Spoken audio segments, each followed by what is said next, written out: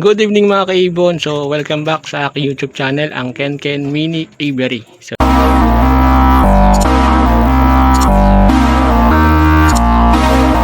ayan. So, kauwi lang natin galing trabaho. So, bali kanina umaga kasi rito. So, meron tayong bad news. So, hindi ko na i-video na. Hindi tayo napagawa na agad ng video dahil may pasok nga tayo. So, ito na nga yung ating bad news. So, pag uwi ko sa bahay, kasi hindi na ako nakapunta ng gabi rito. So, hindi ko na na-monitor ng gabi. Uwi ko, natulog na agad ako. So napansin ko, meron tayo ritong isang ibon. So yung handpid. So yung ating blue opa na post ino. So nakita ko diyan nakasabit. So sumabit yung kanyang singsing dun sa diyan. So ilalagay ko na lang yung video dito sa screen. So yun yung nangyari. So napansin ko, namatay na nga yung ating blue opa. So sumabit yung kanyang paa. Ayan. So ang ginawa ko nung nakita ko yun, so inalis ko na agad. So nailibing na nga natin sa dito sa labas yung ating ibon na namatay. So bali magpapatok na nga ako. So napansin ko na meron pa palang isang patay na ibon dito sa ating aviary. So dito naman sa side na to. So yan dito. So Project Ino. So yung namatay natin dito ay isang yellow bull split opa, split ino. So ayan. Sana paglabas na rin siya ng visual na lutino opaline. So ngayon meron siyang isang paakay. Andito yung kanyang paakay sa loob, silipin natin. So ayan. Ang kanyang paakay isang magandang pork far blue opa. So napakalinis. Ayan yung kanyang nag-iisang paakay dito.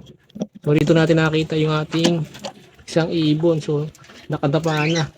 So hindi ko rin kung ano nangyari. Kasi nagpatoka naman tayo ng umaga. So okay naman. So nung kinabukasan natin nakadapa na dito yung ko, yung isa lang talaga yung namatay. So nagulat na lang ako nung nilalagay ng mga patoka.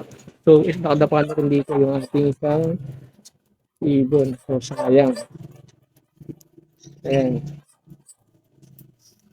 So hanapan lang natin ng kapares. So bali na bakante yung ating hen. So yung pastel na opa. Split na lang na dito. So parang napansin ko puro mga kaking namamatay kasi yung sa may taas mga kaibon namatay din yung kanyang kapares. Meron tayo ditong green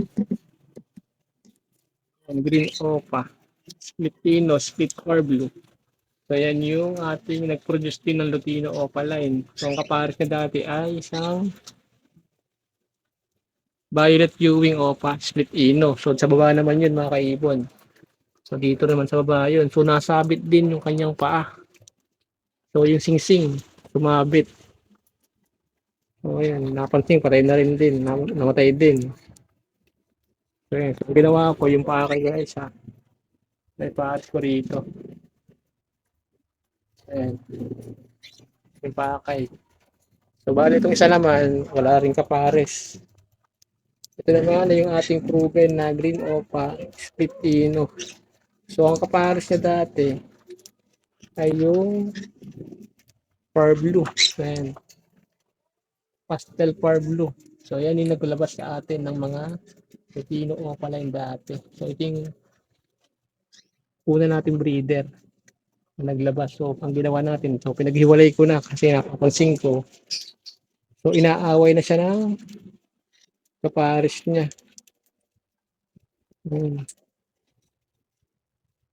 So yan yung ating update. So sayang yung ating dalawang ibon namatay. So meron naman tayong pababa dito na akay. So isa rito yung far blue. Tatakas yung green. Tingnan natin.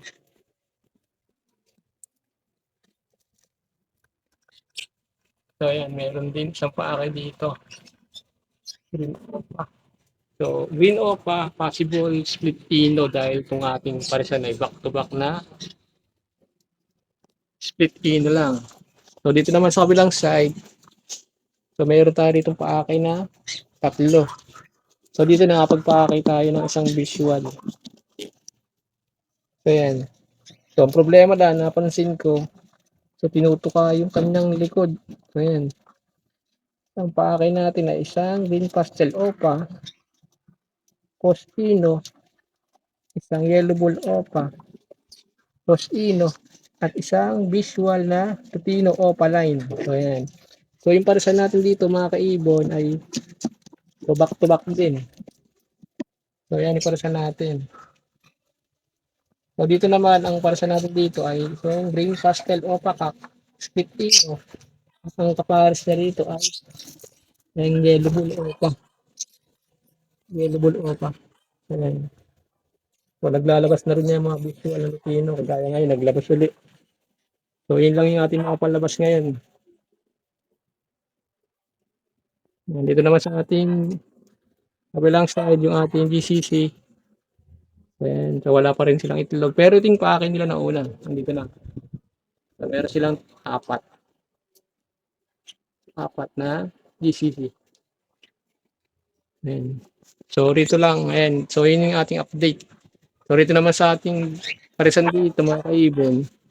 So perfect clutch na sana naman dito. So ang parisan naman natin dito ay isang yellow bull opa split tino. Tapos isang lutino na hen. So ito yung sex link hen. So ang ganda sana ng kanilang pisa. Dahil yan, nung nakaraan meron silang apat na itlog. Apat din na pisa. So apat ay visual. So ang bad news nga lang, kada araw, pag napipisa yung isa, namamatay yung akay. So apat din nawala dito. Napaakay. So sayang, perfect clutch po. First time nila na makapag-perfect clutch na puro pula ang mata. So, sayang naman. So yun. So yun na muna yung ating update mga kaibon. So yan. So hanggang dito lang muna mga kaibon.